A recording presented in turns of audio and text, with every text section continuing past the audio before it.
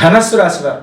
ఈ రాశి వారికి శుక్రగ్రహం కాస్త మిశ్రమంగా ఉండడం వల్ల కొంతమేరకు మానసికమైనటువంటి చికాకులుగా ఏర్పడుతూ ఉంటాయి.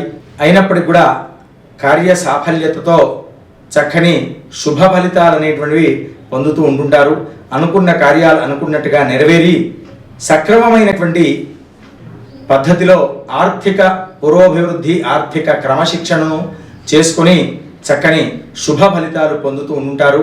ఆర్థిక పరంగా చక్కని పురోభివృద్ధికి బాటలు కూడా సుగమం అనేటువంటిది కలుగుతూ ఉంటాయి.